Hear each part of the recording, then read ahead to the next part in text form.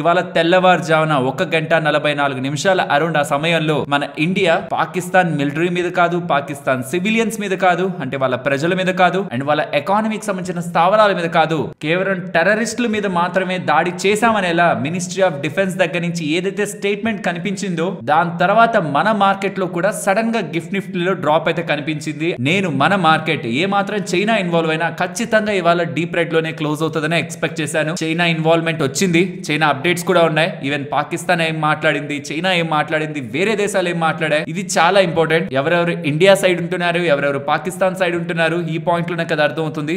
ఖచ్చితంగా తెలుసుకోవాలి. నేనైతే అలా ఉంటుందేమో, ఇన్వెస్టర్స్ అందరూ కొంత స్టెబిలిటీతో ఉండండి, లాంగ్ టర్మ్ లో మార్కెట్ పెరుగుతుంది ఖచ్చితంగా. నెల మన వాళ్ళకి కొంత డేటా షేర్ చేద్దామని మార్నింగ్ వీడియో చేస్తే కామెంట్ లో ఎక్కడా కూడా మార్కెట్ పడుతుంటే ఎంత పడుతుంది లేకపోతే పడుతుందన్న ఒక భయం కంటే కూడా సక్సెస్ఫుల్ గా ఈ ఆపరేషన్ కంప్లీట్ అయిందని ఒక ఆనందం ఎక్కువగా కనిపించింది. సీరియస్లీ ఇన్వెస్టర్స్, డబ్బులు పెట్టిన ఇన్వెస్టర్స్ దగ్గర నుంచి వాళ్ళ డబ్బులు నష్టపోతున్నామని తెలిసినా సరే ఇలాంటి సపోర్ట్ నేషన్ వైడ్ గా ఇన్వెస్టర్స్ దగ్గర నుంచి లభించడం చూడడానికి చాలా బాగా అనిపించింది. అండ్ మనలో చాలా మందికి ఆపరేషన్ సింధూర్ అనే పేరు ఎందుకు పెట్టారు, ఇంకొక పేరు పెట్టి ఉండొచ్చు కదా అని కూడా డౌట్ రావచ్చు. అండ్ పేర్లు కూడా మీరు గమనిస్తే కుంకుమ కనిపిస్తూ ఉంటుంది. బికాస్ ఏదైతే ఇన్సిడెంట్ పెహల్గామ్ లో జరిగిందో అక్కడ కేవలం మగవారిని మాత్రమే, అది కూడా రిలీజియన్ అడిగి మరి మగవారిని మాత్రమే టార్గెట్ చేస్తూ ఆడవాళ్ళకి వాళ్ళ పసుపు కుంకుమల్ని దూరం చేసి అలా జీవితాంతం వాళ్ళు పెట్టుకోవాల్సిన సింధూరాన్ని కుంకుమని వాళ్ళ నుంచి దూరం చేసిన దానికి కాను ప్రతీకారంగా దానికి రిప్లై గానే ఇది చేస్తున్నాం అనేలా సింబాలిక్ గా చెప్పడానికి పేరుని పెట్టారనేలా నేను అనుకుంటున్నాను. మీరేమనుకుంటున్నారు అనేది కూడా వీలైతే చెప్పండి.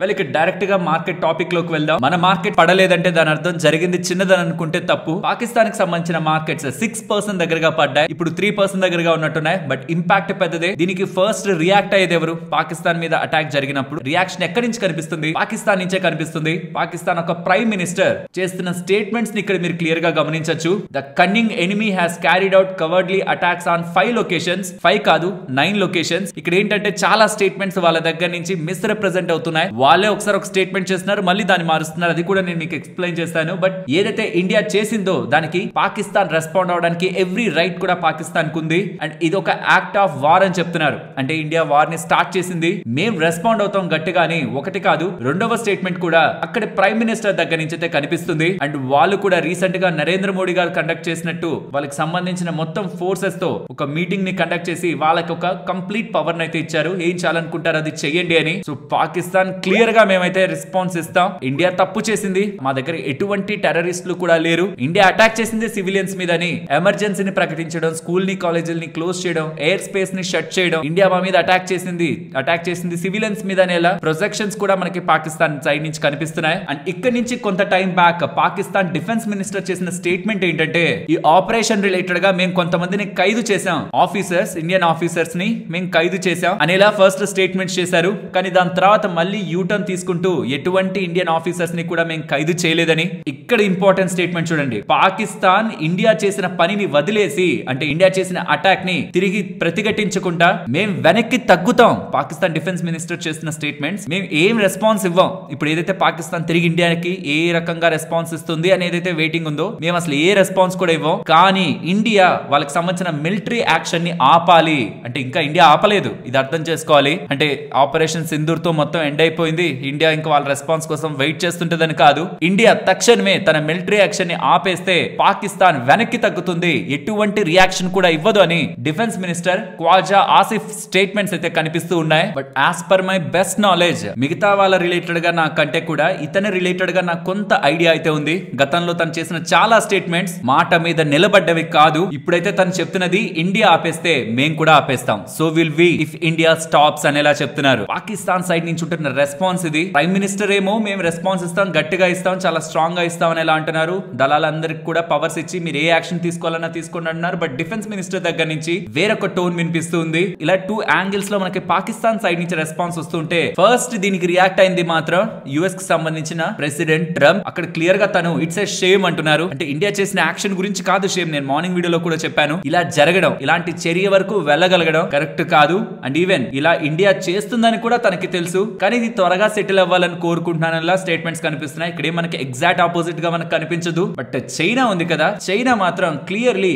ఇండియాకి సంబంధించిన మిలిటరీ యాక్షన్ ని రిగ్రెట్ చేస్తున్నాను అనేలా స్టేట్మెంట్స్ చేస్తున్నారు. వీళ్ళ దగ్గర నుంచి ఇంతకంటే గొప్పగా ఏం ఆశించలేం, కానీ రిగ్రెట్ చేసేలా ఏం చేసింది ఇండియా? ఎవరైతే పీస్ఫుల్ గా ఉండాలి, ఇండియా దాడి చేసి ఉండకూడదని చెప్తున్నారు, అంటే ఎన్నిసార్లు అటాక్ జరుగుతున్నా తిరిగి ఏమీ మాట్లాడకుండా కామ్ గా ఉంటే పీస్ఫుల్ గా ఉంటున్నట్ట, లేక పీస్ ని దెబ్బతీస్తున్నా ఆ ప్రాబ్లమ్ ని ఎరాడికేట్ చేయడానికి ప్రయత్నిస్తే పీస్ఫుల్ గా ఉండడానికి ఆ నేషన్ ప్రయత్నిస్తున్నట్ట మనం కామ్ గానే ఉంటున్నాం. ఎవరైనా మనల్ని ఏదైనా అన్నా కూడా కామ్ గానే ఉంటే అన్ని దేశాలు కూడా ఏదో ఒకటి అనడానికే ప్రయత్నిస్తాయి కదా. మేం కామ్ గా ఉంటాం, మమ్మల్ని డిస్టర్బ్ చేయకండి, డిస్టర్బ్ చేస్తే దానికి రియాక్షన్ ఇస్తాం. ఆ రియాక్షన్ ని కూడా కంట్రీ వైడ్ గా కాదు కదా, ప్రజల మీద కాదు కదా. ఎవరైతే ఇలాంటి పనులు చేయాలనుకుంటున్నారో ఆ స్థావరాల మీదే మేము అటాక్ చేస్తున్నాం, ఆ స్థావరాలనే మేము టార్గెట్ చేసామనేలా క్లియర్ రెస్పాన్స్ ఇండియా దగ్గర నుంచి ఉంటున్నప్పుడు మోస్ట్లీ ఏ నేషన్ కూడా వేలెత్తి చూపించేలా ఇండియా అయితే ఏం చేయలేదు. బట్ ఇక్కడ కూడా వీళ్ళ స్టేట్మెంట్స్ తర్వాతే నాకు తెలిసి మార్కెట్ కొంత పెరిగింది. వీళ్ళు ఎప్పుడైతే మార్కెట్ లోకి అప్డేట్ అయ్యాయి, దాని తర్వాత నేను గమనిస్తున్నంత వరకు మార్కెట్ లో స్టెబిలిటీ ఉంది. ఎందుకంటే చైనా వాళ్ళు ఇండియన్ యాక్షన్స్ ని, ఇండియాకి సంబంధించిన యాక్టివిటీని రిగ్రెట్ అనేలా వాళ్ళు చెప్తూనే పాకిస్తాన్ ఇండియా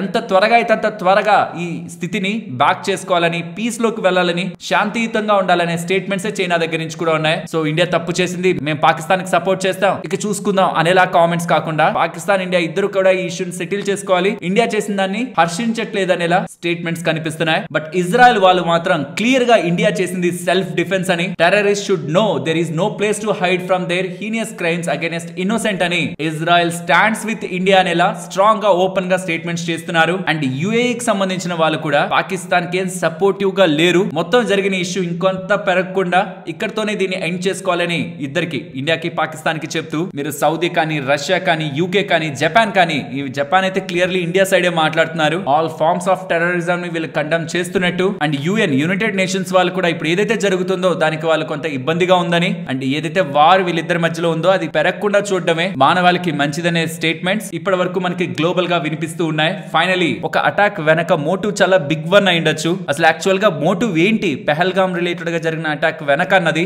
ఏ లెవెల్లో మోటివ్ ఉంటుంది, ఏ లెవెల్లో మాస్టర్ ప్లాన్ ఉంటుంది అన్నది ఈ సబ్జెక్ట్ గురించి బాగా అండర్స్టాండ్ చేసుకుంటున్న వాళ్ళకి అర్థమవుతుంది. మనం ఇలా చేస్తే ఎన్ని వేస్ లో ఇండియాని డిస్టర్బ్ చేయొచ్చు, అండ్ ఏ వేస్ లో ఇండియా రియాక్ట్ అయితే మనం ఏం చేస్తే మళ్ళీ ఇండియాని వెనక్కి లాగొచ్చు, ఆ ఇండియాలో ఉంటున్న శాంతిని దెబ్బతీయచ్చు. ఇలా ఎన్నెన్నో ప్లాన్స్ తో ఈ అటాక్ ని చేస్తుంటారేమో, కానీ నాకు తెలిసినంత వరకు ది బెస్ట్ వేలో ఇండియా దీనికి రెస్పాండ్ అయింది. మార్నింగ్ వీడియోలో కూడా చెప్పాను, చాప్టర్ 1 ఎండ్ అయింది, అక్కడి నుంచి యాక్షన్ వస్తే ఇక్కడి నుంచి రెస్పాండ్ అయింది, రియాక్షన్ కాదు రెస్పాండ్ అయింది. ఇప్పుడు దీనికి తిరిగి అక్కడి నుంచి ఇంకేదైనా వచ్చిందంటే మాత్రం ఆబ్వియస్లీ ఇష్యూ కొంత పెరుగుతుంది ఫర్ ద సర్టైన్ డేస్, కొన్ని డేస్ పాటు. ఈ లోపు ఒకవేళ మార్కెట్, మళ్ళీ చెప్తున్నాను, ఈ లోపు ఒకవేళ మార్కెట్ అన్సర్టనిటీలోకి వెళ్ళినా కొంతవరకు కంగారు పడాల్సిన నీడ్ లేదు. చాలా థింగ్స్ మార్కెట్ లో ఎవాల్వ్ అవుతున్నాయి ఇండియన్ ఎకానమీ పరంగా, వాటి గురించి కూడా మాట్లాడుకుందాం. ఈవెన్ ఇవాళ మార్నింగ్ వీడియోలో కూడా కొన్ని స్టాక్స్ ఇండియా యూకే రిలేటెడ్ గా ట్రేడ్ డీల్ పరంగా ఉన్న స్టాక్స్ గురించి అనుకున్నాం కదా, టెక్స్టైల్ స్టాక్స్ కానీ, టాటా మోటార్స్ కానీ, అవి వాళ్ళ యాక్చువల్లీ చాలా బాగా పెరిగాయి. ఇలాంటి ఎకానమీ పరంగా డెవలప్మెంట్స్ ఉన్నాయి. సో ఎవరైనా stock market, Indian stock market లో ఇన్వెస్ట్మెంట్ చేసిన వాళ్ళు మాత్రం ఈ అన్సర్టనిటీని మార్కెట్ యాంగిల్ లో ఎక్కువగా థింక్ చేయొద్దు. Without China involvement, China support లేకుండా పాకిస్తాన్ ఇంకొక అడుగు వేయడం చాలా కష్టం. ఇండైరెక్ట్ గా సపోర్ట్ చేస్తుందా చైనా అనేది మనకు తెలియదు, కానీ వాళ్ళ సైడ్ నుంచి ఇప్పటి వరకు జరిగింది చాలు, ఇండియా ఆపితే మేము ఆపేస్తామనే స్టేట్మెంట్స్ కూడా డిఫెన్స్ మినిస్టర్ దగ్గర నుంచి కనిపిస్తుండడం కూడా markets, particularly Indian markets level playing field ఎలా ఉంది ఇండియా పాకిస్తాన్ మధ్యలో అన్న దానిపై క్లియర్ గా అర్థం చేసుకుంటాయి. Finally defence minister Rajnath Singh గారు దీని గురించి మాట్లాడుతూ,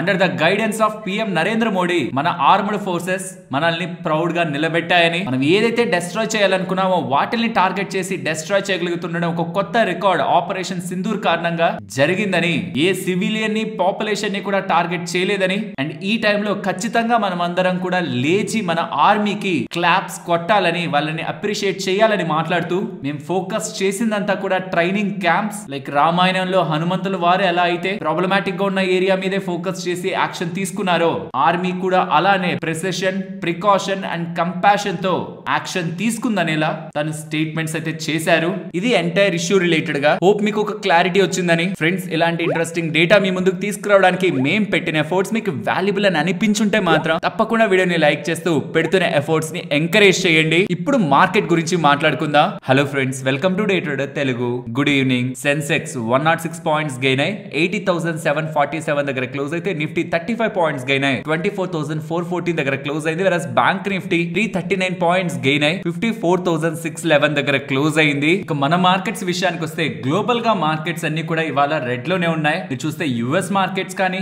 ఇవి నిన్న క్లోజ్ అయి ఉంటాయి మన మార్కెట్స్ ఓపెనింగ్ కి ముందే. ఇవాళ మన మార్కెట్స్ టైం లో కూడా రన్ అవుతున్న యూరోపియన్ మార్కెట్స్ కానీ రెడ్ లో ఉంటాయి. ఏషియన్ మార్కెట్స్ లో కొంత గ్రీన్ కనిపిస్తుంది.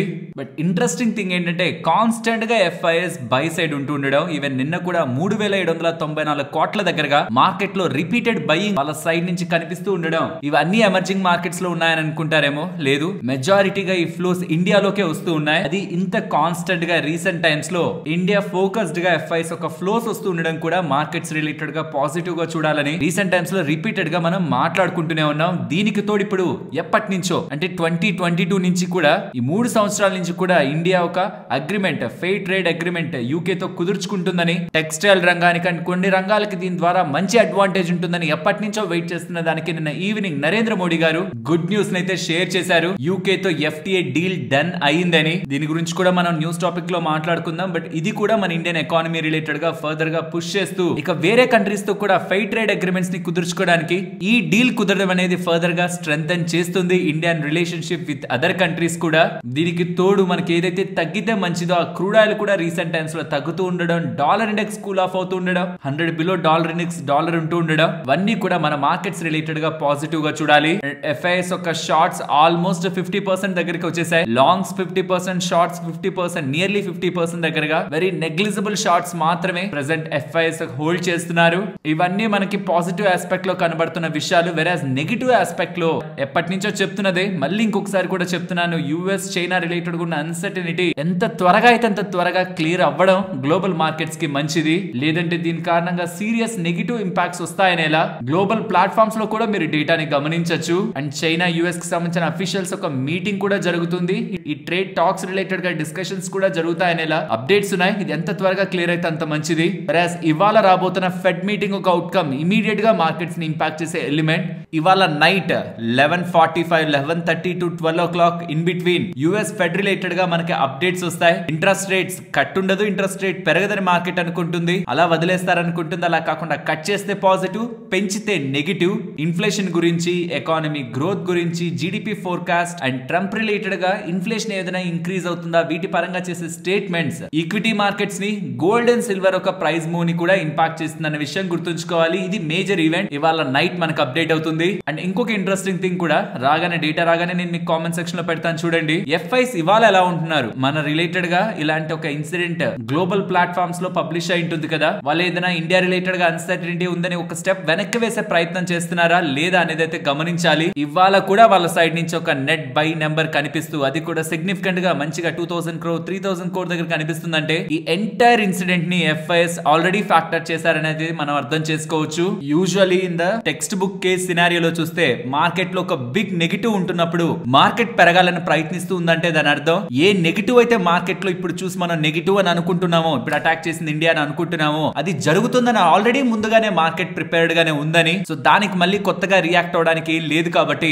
అన్లెస్ ఇంకేదైనా ఫ్రెష్ అప్డేట్స్ నెగిటివ్ గా మార్కెట్ ని పుష్ చేసేలా ఫెడ్ సైడ్ నుంచి ఆ ఇతర వాటి దగ్గర నుంచి వస్తే తప్పించి, లైక్ మళ్ళీ పాకిస్తాన్ కి వీళ్ళు చైనా వాళ్ళు సపోర్ట్ చేస్తున్నారని, లేకపోతే చైనా వాళ్ళు పాకిస్తాన్ వాళ్ళు పుష్ చేసి దీన్ని ఇంకొంత ముందుకు తీసుకువెళ్తున్నారనే ఇలా ఏదైనా అప్డేట్స్ వస్తే తప్పించి, యాజ్ ఆఫ్ నౌ కరెంట్ ఈ పాయింట్ కి మనకుంటున్న మొత్తం ఇన్ఫర్మేషన్ ని క్యాలిక్యులేట్ చేసుకుంటే మార్కెట్ పెరగడానికే ప్రయత్నిస్తున్నట్లు ఇవాళ ఇన్సిడెంట్ తర్వాత మార్కెట్ ఒక activity end of the day close అవుతున్న యాక్టివిటీ మనకి చెప్తూ ఉంది. ఈ ఒక్క ఫెడ్ ఎలిమెంట్ కూడా కంప్లీట్ అయిపోయింది అనుకోండి. ఎందుకంటే మార్కెట్ ఒక ఎంటైర్ డైరెక్షన్ ని మార్చగలిగే పవర్ ఫెడ్ వాళ్ళకు ఉంటుంది. కాబట్టి ఇది ఒక ఈవెంట్ అయిపోతే మోస్ట్లీ మనం సీరియస్ గా తీసుకొని ట్రాక్ చేయగలిగే ఎలిమెంట్స్ మన ఇంటర్నల్ గా జరుగుతున్నాయి. పాకిస్తాన్ రిలేటెడ్ గా ఉంటున్న incident and US China related గా జరగాల్సిన ట్రేడ్ డీల్, ఇవి global and even Indian markets related గా కూడా ఇన్ఫ్లుయెన్స్ చేయగలిగేవి. రెస్ట్ అంతా కూడా మిగిలిన డేటా పాయింట్స్ అన్ని కూడా మన ఇండియన్ మార్కెట్స్ ని సపోర్ట్ చేస్తున్నాయి. ఆ 2 పాయింట్స్ కూడా వచ్చి యాడ్ అయ్యాయి అనుకోండి. ఇన్ఫాక్ట్ యాడ్ అయ్యే రోజుకి కొన్ని డేస్ ముందు నుంచే మార్కెట్స్ లో స్ట్రాంగ్ ర్యాలీని ఇన్వెస్టర్స్ విట్నెస్ చేస్తారు. ఎవరైతే అప్పటి వరకు పేషెన్స్ తో ఉండగలరో వాళ్ళకి ఆ రిజల్ట్స్ కనిపిస్తాయి. ఫ్రెండ్స్, ఇలా మార్కెట్ రిలేటెడ్ గా ఉంటే ఎంటైర్ డేటాను అనాలిసిస్ చేస్తూ కంటెంట్ ఇలా మీ ముందుకు తీసుకురావడానికి మేం పెట్టిన ఎఫర్ట్స్ మీకు వాల్యుబుల్ గా అనిపిస్తూ ఉంటే మన వీడియోని తప్పకుండా లైక్ చేయండి. First UK UK trade deal related గా లాభపడిన స్టాక్స్ గురించి మాట్లాడుకోవాలి. దీని కారణంగా ఆల్మోస్ట్ 8 సెక్టార్స్ దగ్గరగా బెనిఫిట్ పొందుతాయనేలా ఫైనాన్షియల్ ప్లాట్ఫామ్స్ ఇందాక మనం అనుకుంటున్నట్లు డేటా ప్రకారం కనిపిస్తున్న ఎన్డీటీవీ ప్రాఫిట్ వాళ్ళ ఆర్టికల్ లో మీరు గమనించారంటే ఇంకాస్త క్లియర్ డేటా మనకు కనిపిస్తుంది. యాపరల్స్ కానీ, ఫుట్వేర్ కానీ, మెరైన్ కానీ, aluminium products, organic chemicals and ఇతర కాంపోనెంట్స్ యూకే రిలేటెడ్ గా ఎంతెంత ఎక్స్పోర్ట్ అవుతున్నాయి, అది ఓవరాల్ యూకే ఇంపోర్ట్స్ కి ఇది ఎంత వాల్యూ క్రియేట్ చేస్తుంది, ఇండియా నుంచి ఎంత వాల్యూ క్రియేట్ చేస్తుంది అనేది మనం కంపేర్ చేసుకొని ఈ టారిఫ్ అడ్వాంటేజ్ మనకు ఎంత దొరుకుతుంది అండ్ ఫ్యూచర్ లో కూడా ఈ స్పేస్ నుంచి ఎంతెంత ఎక్స్పోర్ట్ అయితే ఇవి కమింగ్ టైమ్స్ లో ఎంత అడ్వాంటేజ్ ని పొందుతున్నాయి అనేది కూడా ఇక్కడ మనం గమనించవచ్చు. సో ఎవరైనా ఈ స్పేస్ లో క్లోజ్ గా వర్క్ చేస్తున్న వాళ్ళకి ఈ డేటా యూజ్ అవుతుంది. వీలైతే ఒక స్క్రీన్ షాట్ తీసి ఉంచండి. ఇవాల్టి మార్నింగ్ వీడియోలో కూడా చాలా స్టాక్స్ రిలేటెడ్ గా ఈ డీల్ కారణంగా లాభం ఉంటుందని చెప్తున్నారు. కానీ మెయిన్ ఇండస్ట్రీ ఏదైనా లాభపడుతుందంటే అది టెక్స్టైల్ ఇండస్ట్రీ. ఎందుకంటే యూకే రిలేటెడ్ గా ప్రధానంగా టెక్స్టైల్స్ ని సప్లై చేస్తున్న వాళ్ళలో బంగ్లాదేశ్, చైనా అండ్ ఇండియా ఉంటుంది. అపెరల్స్ పరంగా చూసారనుకోండి, చైనా $5 బిలియన్ దగ్గరగా సప్లై చేస్తూ ఉంటుంది. బంగ్లాదేశ్ కూడా సిమిలర్ గా ఉంటుంది 4 to 5. But India $1 billion above దగ్గరగా ఉంటుంది. చైనా దగ్గర నుంచి వస్తున్న దాంతో ఇప్పుడు ఈ డీల్ జరగడం కారణంగా చైనా కంటే కూడా మనకి 12% దగ్గరగా అడ్వాంటేజ్ దొరుకుతుంది. బంగ్లాదేశ్ తో ఇప్పటి వరకు మనకు ఉంటున్న డిఫరెన్స్, బంగ్లాదేశ్ కి మాత్రమే అడ్వాంటేజ్ గా ఉంటున్న ట్రేడ్ అడ్వాంటేజ్ ఇప్పుడు క్లియర్ అయిపోతుంది. So in simple terms Bangladesh ఇప్పటి వరకు మనకంతే అడ్వాంటేజ్ ని పొందింది యూకే తో, అది క్లియర్ అయ్యి మనకి ఇప్పుడు లెవెల్ ప్లేయింగ్ ఫీల్డ్. బంగ్లాదేశ్ కి మనకి డిఫరెన్స్ లేకుండా పోతుంది అండ్ చైనా కంటే మనకు ఒక 12% అడ్వాంటేజ్ ఈ టారిఫ్ కారణంగా దొరుకుతుంది. కాబట్టి టెక్స్టైల్ ఇండస్ట్రీ ఇంతలా రియాక్ట్ అవడానికి కారణం అదే. కాబట్టి అన్ని ఇండస్ట్రీస్ లో కల్లా కూడా టెక్స్టైల్ కి ఎక్కువ అడ్వాంటేజ్ ఉంటుందని ఎలా మార్నింగ్ మాట్లాడుకున్నాం. అండ్ టాటా మోటార్స్ రిలేటెడ్ గా కూడా యూకే లో వాళ్ళ రోల్, జేఎల్ఆర్ రోల్ మనందరికి ఐడియా ఉంది. కాబట్టి టాటా మోటార్స్ కి కూడా అడ్వాంటేజ్ ఉంటుంది. అపార్ట్ ఫ్రమ్ దట్ ఈ ఆల్కహాల్ ని ఇంపోర్ట్ చేసుకుంటున్న కంట్రీస్ లైక్ యునైటెడ్ స్పిరిట్స్ కి అడ్వాంటేజ్ ఉంటుందని, IT companies, A IT companies అయితే యూకే నుంచి కూడా రెవెన్యూని సంపాదించుకుంటుంటాయో వాళ్ళకి అడ్వాంటేజ్ ఉంటుందని ఇందాక మాట్లాడుకుంటున్నట్టు టెక్స్టైల్స్ అండ్ ఎక్స్పోర్ట్స్ చేస్తున్న companies like Vaibhav global, Rajesh exports, Titan, pharma companies ఏవైతే యూకే ని ఫోకస్ చేస్తుంటాయో వాటికి, కన్స్యూమర్ బేస్డ్ కంపెనీస్ కి Tata Motors and Bharat Forge, Endurance Tech, Sundaram Fasteners, industry, manufacturing and capital good companies అయినా, infrastructure, manufacturing, capital good companies అయినా L&T, Thermax and Cummins, అలాగే footwear and medical devices ని supply చేస్తున్న companies కూడా advantage ఉంటుందని మనకి డేటా కనిపిస్తుంది. ఎందుకు అడ్వాంటేజ్ ఉంటుంది ఇక్కడ మీరు క్లియర్ గా గమనించవచ్చు. అంతకు ముందు ఈ ఇండస్ట్రీస్ పైన ఉంటున్న టారిఫ్ ఎంత, టెక్స్టైల్ మీద చూడండి, చెప్పాను కదా 12% దగ్గర, కానీ ఇప్పుడు అది 0 చేశారు. అలా చాలా ఇండస్ట్రీస్ పరంగా ఉంటున్న టారిఫ్ 0 అయినప్పుడు ఆటోమేటిక్ గా అదంతా వాళ్ళ మార్జిన్స్ లోకి, ప్రాఫిట్ లోకి కదా వెళ్తుంది. సేల్స్ పెరిగే అవకాశం ఉంది. కాబట్టి ఈ ఇండస్ట్రీస్ కి అడ్వాంటేజ్ ఉంటుంది. బట్ ఇక్కడ నేను ఇంకొక ఇంపార్టెంట్ థింగ్ చెప్పాలనుకుంటున్నాను. నేను మార్నింగ్ నుంచి చూస్తున్న డేటా ప్రకారం ఈ మొత్తం ఎఫ్టీఏ కంప్లీట్ అవ్వడానికి మనకి పోర్టల్స్ లో వాటన్నిటిలో ఈ టారిఫ్లన్నీ అప్డేట్ అవ్వడానికి 3 నుంచి 6 మంత్స్ పడుతుందంట. బట్ ఈ లోపే ఆర్డర్స్ పెరుగుతాయని మీన్స్ ఇక్కడ క్లియర్ గా అర్థం చేసుకోండి. రెవెన్యూలో, ప్రాఫిట్ లో ఏం చేంజ్ రాదు. బట్ ఏవేవైతే కంపెనీస్ ఇక్కడ మీరు చూస్తున్నారో వాటి రిలేటెడ్ గా ఆర్డర్స్ ఈ లోపే బిల్డ్ అవుతాయని, పర్టికులర్ గా టెక్స్టైల్స్ రిలేటెడ్ గా ఇది మీరు కాన్ఫరెన్స్ కాల్ ని అటెండ్ అయితేనే తెలుస్తుంది. నెంబర్స్ లో మనకి ఏమీ తెలియదు, రెవెన్యూ, ప్రాఫిట్ మార్జిన్, అది ఏముందిలే పెద్దగా, స్టాక్స్ ఇవాళ రియాక్ట్ అయ్యాయి కదా, చాలా స్టాక్స్ బాగా పెరిగాయి, ఏముందిలే పెద్దగా అనుకుంటాం. కానీ వాళ్ళ కాన్ఫరెన్స్ కాల్ ని అటెండ్ అయితేనే తెలుస్తుంది మేము ఏ ప్లేస్ తో టైప్ అవుతున్నాం, ఎలాంటి ఆర్డర్స్ రాబోతున్నాయని. సో ఎవరైనా టెక్స్టైల్ స్పేస్ లో ఈ థీమ్ రిలేటెడ్ గా ప్లే చేయాలనుకుంటుంటే మాత్రం ఖచ్చితంగా కాన్ఫరెన్స్ కాల్స్ ని అటెండ్ అవ్వండి in the textile space. And 6 months తర్వాత నుంచి అవి రియల్ నెంబర్స్ లో రిఫ్లెక్ట్ అవుతాయి. నెక్స్ట్ ఫైనాన్షియల్ ఇయర్ నుంచి అది ఫుల్లీ నెంబర్స్ లో రిఫ్లెక్ట్ అవుతుంది అనేలా, అంటే ఇమీడియట్ గా మనకి ఏం మారిపోదు, 1 ఇయర్ పడుతుంది ఇంచుమించు అనేలా మనం అర్థం చేసుకోవాలి. నెంబర్స్ లో వెతకాలని ప్రయత్నించకూడదు ఇమీడియట్ గా ఇంపాక్ట్ ని. బట్ ఇండైరెక్ట్ గా ఆర్డర్స్ అండ్ ఫ్యూచర్ రిలేటెడ్ గా రెవెన్యూస్ ని పెంచే అప్డేట్స్ ఏవైనా మేనేజ్మెంట్ దగ్గర నుంచి వస్తున్నాయి అనేది కీగా మనం గమనించాల్సిన ఎలిమెంట్. ఆస్టర్ డిఎం వాళ్ళు 480 crore ఖర్చు పెట్టి ఒక మల్టీ స్పెషాలిటీ హాస్పిటల్ బెంగళూరులో స్టార్ట్ చేయబోతున్నారని, 480 crore పెడుతున్నారు కదా. ఇది ఒక 430 బెడ్ హాస్పిటల్ అంటున్నారు, 430 పడకల హాస్పిటల్ అని. ఫస్ట్ ఏమో బై FY27 లోపు 300 బెడ్స్, ఇంకొక 130 బెడ్స్ ని బై FY29 లోపు తీసుకొస్తూ క్యాన్సర్ కేర్ రిలేటెడ్ గా ఈ హాస్పిటల్స్ ఫోకస్ చేస్తాయని ఇలా అప్డేట్ చేస్తున్నారు. నెక్స్ట్ ఒక ఇంట్రెస్టింగ్ అప్డేట్ క్వాలిటీ ఫార్మాస్యూటికల్స్ నుంచి అయితే లభిస్తూ ఉంది. రెగ్యులేటరీ ఆడిట్ వీళ్ళ జుంబాంబేకి సంబంధించిన ప్లాంట్ రిలేటెడ్ గా కంప్లీట్ అయిందని, 0 క్రిటికల్ ఇష్యూస్ తో ఎంటైర్ ఆడిట్ ని, రెగ్యులేటరీ ఆడిట్ ని కంప్లీట్ చేసుకున్నారని. For general, beta lactam, cephalosporin and oncology units related గా, ఈ ఫెసిలిటీస్ రిలేటెడ్ గా 0 ఇష్యూస్ తో మొత్తం ఆడిట్ కూడా, రెగ్యులేటరీ ఆడిట్ కూడా కంప్లీట్ అయిందని. దీంతో వీళ్ళు సౌత్ ఆఫ్రికా రిలేటెడ్ గా ఫర్దర్ ఎక్స్పాన్షన్స్ కి డోర్స్ ఓపెన్ అవుతున్నట్లని ఇలా అప్డేట్ చేస్తుండడం ఇవాళ స్టాక్ బాగా పెరిగింది. ఆర్టిఫిషియల్ ఇంటెలిజెన్స్ ని యూజ్ చేసి స్పోర్ట్స్ లో జరిగే ఇంజురీస్ ఉంటాయి కదా, ఆ ఇంజురీస్ ని ప్రివెంట్ చేయడానికి, డయాగ్నోసిస్ చేయడానికి అండ్ పర్సనల్ కేర్ ని తీసుకురావడానికి టాటా ఎలక్సీ వాళ్ళతో ఈసీఓ ఎస్ఈపీ వాళ్ళు పార్ట్నర్ అవుతున్నట్టు. ఈసీఓ ఎస్ఈపీ అంటే అంటే ఏంటి, European college of sports and exercise physicians updates అయితే చేశారు. టాటా ఎలక్ట్రిక్ సంబంధించిన ఏఐ అండ్ మెషిన్ లెర్నింగ్ ని ఈ స్పోర్ట్స్ లో కూడా వీళ్ళు ఇన్వాల్వ్ చేయాలని ప్రయత్నిస్తున్నట్లు 360 కేర్ ప్యాకేజెస్ ని స్పోర్ట్స్ పర్సన్ కి ఆఫర్ చేయడానికి టాటా ఎలక్ట్రిక్ హెల్ప్ తీసుకుంటున్నట్టు అప్డేట్స్ కనిపిస్తున్నాయి. ఫ్రెండ్స్, ఇప్పుడు నేను చెప్పబోతున్న కంపెనీస్ కానీ మీ పోర్ట్ఫోలియోలో ఉంటుంటే జాగ్రత్త, దాని మీద సెబీ ఇన్వెస్టిగేషన్ జరుగుతుంది. సినాప్టిక్స్ టెక్నాలజీ లిమిటెడ్ వీళ్ళు ఐపీఓకి రేస్ చేసిన ఫండ్స్ ఉంటాయి కదా, వీటిని దుర్వినియోగం చేస్తుండడం, వీళ్ళ ప్రమోటర్స్ మీద యాక్షన్ తీసుకుంటున్నారు. దాంతో పాటు ఈ ఐపీఓ రావడానికి ఎవరైతే లీడ్ ఫండ్ మేనేజర్ ఉంటున్నారో వాళ్ళ మీద ఫస్ట్ ఓవర్సీస్ క్యాపిటల్ మీద కూడా ఇన్వెస్టిగేషన్ చేస్తున్నట్టు, వాళ్ళ అండర్ లో నుంచి ఏ కంపెనీస్ అయితే ఐపీఓగా వచ్చాయో వాళ్ళ మీద కూడా దర్యాప్తు చేస్తారని ఇలా చెప్తున్నారు. ఫైనాన్షియల్ 2023 లో వాళ్ళ రిలేటెడ్ గా వచ్చిన కంపెనీస్ ఒక లిస్ట్ ఇక్కడ మీకు స్క్రీన్ మీద ఉంటుంది. ఫైనాన్షియల్ 2024 లో వచ్చిన కంపెనీస్ ఒక లిస్ట్ కూడా ఇక్కడ మీకు స్క్రీన్ ముందు ఉంటుంది. ఒకవేళ ఈ కంపెనీస్ లో ఎవరైనా ఇన్వెస్ట్మెంట్ చేస్తుంటే మాత్రం ఒక ఐపీఓ రిలేటెడ్ గా ఉంటున్న ఫ్రాడ్ దొరకడం వల్ల దానికి లీడ్ ఫండ్ మేనేజర్ ఉన్న వీళ్ళ ప్రమేయం కూడా ఉందని గ్రహించిన సెబీ వాళ్ళు వీళ్ళ అండర్ లో నుంచి వచ్చిన అన్ని ఐపీఓల మీద కూడా ఇన్వెస్టిగేషన్ స్టార్ట్ చేశారని ఇలా మనం అర్థం చేసుకోవాలి. ఐపీఓకి ఒక పేరు చెప్పి డబ్బుల్ని రేస్ చేసి ఆ డబ్బుల్ని ప్రాపర్ గా యూజ్ చేయకుండా ఇల్లీగల్ వేస్ లో వాటిని యూజ్ చేస్తున్న కంపెనీస్ మీద సెబీ యాక్షన్ తీసుకుంటుంది. బట్ దీనికి సహాయం చేసిన లీడ్ ఫండ్ మేనేజర్ నుంచి వస్తున్న మిగతా కంపెనీస్ రిలేటెడ్ గా కూడా ఇన్వెస్టిగేషన్ జరుగుతుందని ఇలా సెబీ వాళ్ళైతే చెప్తున్నారు.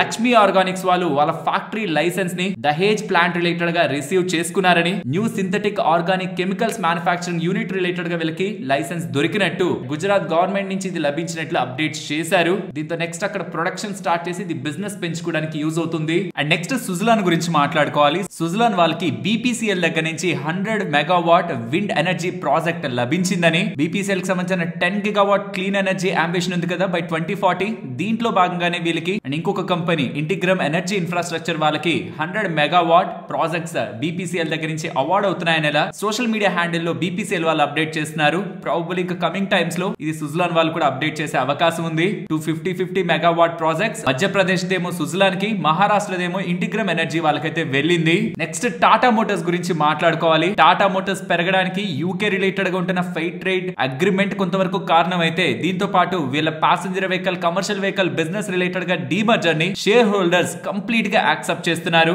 సో ఇకపై commercial vehicle business, passenger vehicle business రెండు సెపరేట్ గా మార్కెట్ లో లిస్ట్ అవుతాయి. కమింగ్ టైమ్స్ లో వచ్చి లిస్ట్ అవుతుంది. ఒక్కొక్క షేర్ టాటా మోటార్స్ హోల్డ్ చేస్తున్న వాళ్ళకి నెక్స్ట్ వచ్చి లిస్ట్ అయ్యే కమర్షియల్ వెహికల్ బిజినెస్ రిలేటెడ్ గా కూడా ఒక షేర్ లభిస్తుంది. వెల్స్పన్ కాప్ గురించి మాట్లాడుకోవాలి. చాలా ఇంట్రెస్టింగ్ ఆర్డర్స్ వీళ్ళకి రెగ్యులర్ గా వస్తూ ఉన్నాయి. వీళ్ళకి ఒక export order, another big order 1950 crore కి సంబంధించిన ఆర్డర్ ఎల్సా పైప్స్ రిలేటెడ్ గా లభించినట్లు, దీంతో వీళ్ళ global order book present 19,300 crore దగ్గరగా ఉందని అప్డేట్స్ చేస్తున్నారు. ఏంజల్ వన్ వాళ్ళు వాళ్ళ ఏప్రిల్ మంత్ కి సంబంధించిన బిజినెస్ డేటాను షేర్ చేస్తున్నారు. Client base year on year లో 37% గ్రో అయిందని, గ్రాస్ అడిషన్స్ 4.2% ఆన్ మంత్ లో గ్రో అవుతూ ఆర్డర్స్ కూడా మంత్ ఆన్ మంత్ లో 4.4% గా గ్రో అయిందని, average daily turn over, option premium turn over, commodity పరంగా కూడా డేటా మంత్ ఆన్ మంత్ లో ఇంప్రూవ్ అయిందని ఇలా చెప్తూ డేటాని పబ్లిష్ చేస్తుండడం స్టాక్ ఇవాళ గెయిన్ అయింది. నెంబర్స్ గురించి మాట్లాడుకుందాం. ఫస్ట్ బిఎస్సి నెంబర్స్ ఇక్కడ మీరు క్లియర్ గా గమనించారంటే అదర్ ఇన్కమ్ చూసారా, చాలా స్ట్రాంగ్ గా వచ్చింది. Last quarter last year same quarter కంటే కూడా ఆల్మోస్ట్ డబల్ వచ్చింది. దీని కారణంగా ప్రాఫిట్ మనకి 125% దగ్గరగా క్వార్టర్ ఆన్ క్వార్టర్ బేసిస్ లో పెరుగుతున్నట్లుంటుంది. బట్ ఈవెన్ మీరు దాన్ని పక్కన పెట్టి చూసినా సరే with strong revenue uptake, margins stable గా ఉండడం, ప్రాఫిటబిలిటీ కూడా ఈవెన్ అదర్ ఇన్కమ్ ని తీసి చూసినా సరే స్ట్రాంగ్ గా ఉంటుంది. ఏంటి అంత అదర్ ఇన్కమ్ అంటే సెటిల్మెంట్ గ్యారంటీ ఫండ్ అది యాడ్ అవుతుంది. అండ్ వీళ్ళ బిజినెస్ మెట్రిక్స్ లోకి మీరు ఇంకొంత డీప్ గా వెళ్ళి చూసినా వీళ్ళ ట్రాన్సాక్షన్ చార్జెస్ స్ట్రాంగ్ గా పెరుగుతూ ఉన్నాయి. అండ్ ఈవెన్ వీళ్ళ average daily premium turn over కానివ్వండి, అండ్ ఇండెక్స్ లెవెల్లో ఆప్షన్స్ పరంగా కూడా 20% మార్కెట్ షేర్ ని వీళ్ళు కమాండ్ చేస్తున్నారు. ఓవరాల్ బిఎస్సి నెంబర్స్ బాగున్నాయి. అండ్ వీళ్ళు డివిడెండ్ ని 23 రూపీస్ పర్ షేర్ దగ్గరగా ప్రకటించారు. ఇదిలా ఉంటే ఎన్ఎస్సి వాళ్ళు కూడా నెంబర్స్ ని పోస్ట్ చేశారు. బట్ ఎన్ఎస్సి వాళ్ళ నెంబర్స్ బిఎస్సి వాళ్ళ నెంబర్స్ కంటే వీక్ గానే ఉన్నాయి. క్లియర్లీ బిఎస్సి వాళ్ళు ఎన్ఎస్సి కి సంబంధించిన బిజినెస్ ని స్లోగా క్యాప్చర్ చేస్తున్నట్టు 20% మార్కెట్ షేర్ వరకు రావడం from a no one FNO segment లో ఇండెక్స్ ఆప్షన్స్ లో, దెన్ డెఫినెట్లీ బిఎస్సి మంచి పాత్ లోనే ట్రావెల్ అవుతుంది. నెక్స్ట్ భారత్ సీట్స్ గురించి మాట్లాడుకోవాలి. పేర్లో ఉంటున్నట్టే వీళ్ళు కంప్లీట్ సీటింగ్ సిస్టమ్స్ రిలేటెడ్ గా వర్క్ చేస్తుంటారు. ఆటో సెక్టార్ రిలేటెడ్ గా ఇంటీరియర్ కాంపోనెంట్స్ పరంగా కూడా వీళ్ళు వర్క్ చేస్తుంటారు. వీళ్ళ నెంబర్స్ ను ఒకసారి అబ్జర్వ్ చేయండి. Quarter on quarter and year on year లో రెవెన్యూస్ పెరుగుతున్నాయి, మార్జిన్స్ పెరుగుతున్నాయి, ప్రాఫిటబిలిటీ కూడా సిగ్నిఫికెంట్ గా ఎక్స్పాండ్ అవుతుంది. భారత్ సీట్స్ వాళ్ళు గ్రేట్ నెంబర్స్ ని పోస్ట్ చేశారు. స్టాక్ ఆల్మోస్ట్ 90 రూపీస్ దగ్గరగా ట్రేడ్ అవుతుంది. ఈ అప్డేట్స్ వస్తుండడం స్టాక్ అప్పర్ సర్క్యూట్ 20% దగ్గరగా పెరిగి అప్పర్ సర్క్యూట్ లో క్లోజ్ అయింది. ఈవెన్ కార్పొరేట్ వాళ్ళ నెంబర్స్ కూడా కొంత ఇంట్రెస్టింగ్ గానే ఉన్నాయి. కన్స్యూమర్ బిజినెస్ 30% దగ్గరగా గ్రో అవుతుంది, remarketing business 12% and OLX business కూడా 12%. ఆపరేటింగ్ సైడ్ నేను చెప్పింది ఇప్పుడు revenue side, but operating side అది సిగ్నిఫికెంట్ గా గ్రేట్ గానే వచ్చింది because of strong margin holding. Overall numbers market expectations కంటే బెటర్ ఉన్నాయి. ఈవెన్ బ్లూ స్టార్ నెంబర్స్ కూడా ఇది ఇయర్ ఆన్ ఇయర్ లో చూడాల్సిన నెంబర్స్. ఇయర్ ఆన్ ఇయర్ లో రెవెన్యూస్ ఇంప్రూవ్ అవుతున్నాయి, మార్జిన్స్ ఇంప్రూవ్ అవుతున్నాయి, ప్రాఫిటబిలిటీ కూడా ఇంప్రూవ్ అవుతుంది. Better set of numbers blue star వాళ్ళు పోస్ట్ చేశారు. APL అపోలో ట్యూబ్స్ వాళ్ళ నెంబర్స్ ఇక్కడ మీకు స్క్రీన్ మీద ఉంటాయి. మార్కెట్ ఎక్స్పెక్టేషన్స్ ని కంప్లీట్ గా బీట్ చేస్తుంది. పర్టికులర్ గా volume growth year on year లో 25%, క్వార్టర్ ఆన్ క్వార్టర్ లో 3% దగ్గరగా వాల్యూమ్ గ్రోత్ సాలిడ్ గా ఉంది. రెవెన్యూ కూడా 16% గ్రో అయింది. Operating profit 48% and profit 72%. EBITDA per ton కూడా 4864 గా వస్తుండడం నాకు తెలిసి లాస్ట్ 7 క్వార్టర్స్ లో highest. Value added products related గా స్ట్రాంగ్ మార్జిన్స్ ని మెయింటైన్ చేస్తూ non value added products related గా కూడా మార్జిన్స్ లో స్ట్రాంగ్ ఇంప్రూవ్మెంట్ కనిపిస్తుండడం. ఓవరాల్ నెంబర్స్ బాగున్నాయి.